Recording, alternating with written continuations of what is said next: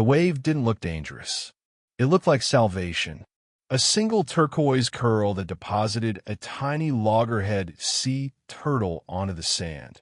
No bigger than a child's palm, flippers flailing, mouth opening and closing in silent panic. But marine biologist Kai Nalu saw the truth. A plastic six-pack ring had wrapped around the hatchling shell during its first swim, cutting deep into its growing body. The constriction had deformed its spine, paralyzed one flipper. It was drowning on land. Kai lifted the turtle, felt its racing heartbeat against his thumb. Then he looked up. The beach, once pristine, was a plastic cemetery. Bottles, bags, rings, straws. And etched into the sand, a message from the universe. This is a war you cannot win. But Kai whispered back, "Watch me."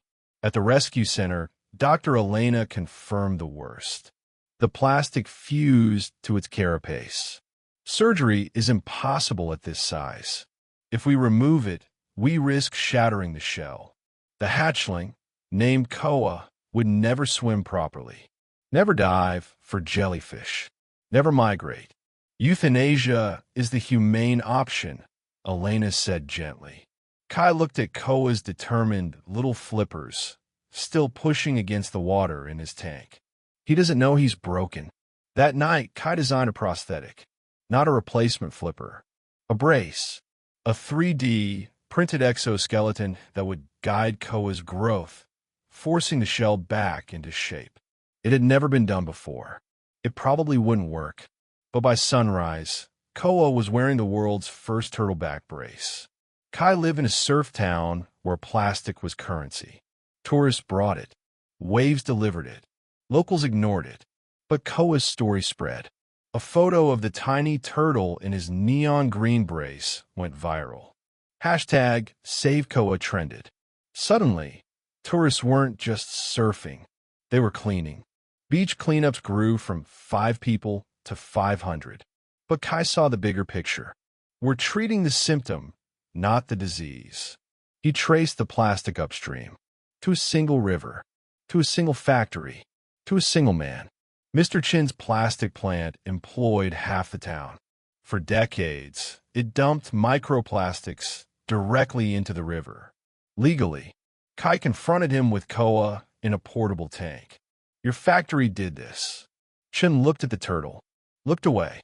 I provide jobs. You provide guilt. Kai left, but he didn't give up. He started a boycott, organized protests. The town divided, brother against brother, father against son. Kai received threats. His tires were slashed, but Koa kept swimming. And that was all the answer Kai needed. A typhoon hit. The factory's retaining wall collapsed. Millions of plastic pellets, nurdles, flooded the ocean. The beach turned into a toxic soup. Koa's tank water was contaminated. He stopped eating. His skin blistered. Dr. Elena called it. He's dying. Kai made a desperate decision.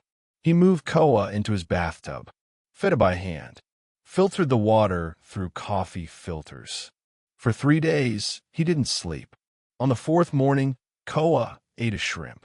Then another. He was fighting. So would Kai.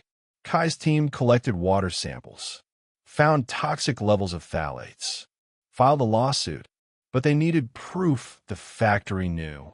Amara, a teenage intern, found it. Old emails, deleted but recovered. Chun had ordered the cheap, illegal dumping to boost profits. The case went viral. International news. The factory closed. Chun was arrested. The town lost jobs. But the river began to heal. 6 months later, Koa's brace came off. His shell had regrown. Imperfect but functional. He swam in the rehabilitation pool. Strong. Determined. Kai opened the gate to the ocean. Koa hesitated. Looked back. Then paddled forward. Into the surf. Into freedom. The town gathered. Watching. Cheering. A symbol of what they'd saved. And what they'd lost. 2 years later, Kai was back to surfing. Alone. The town had moved on. Found new jobs. Cleaner ones. Then, a shadow in the water. A loggerhead, massive, with a faint scar on its shell. Koa. He circled Kai once, twice, nudged his board. A thank you. Then dove deep. Kai never saw Koa again, but he sees his children. Hundreds of hatchlings now make it to sea. The beach is clean. The river runs clear. One turtle changed a town. One person changed a river. One choice changed everything. Because sometimes salvation doesn't come in waves. It comes in the stubborn heart of a turtle who refused to drown, and a man who refused to let him. This turtle survived because someone cared. If you care too, please subscribe.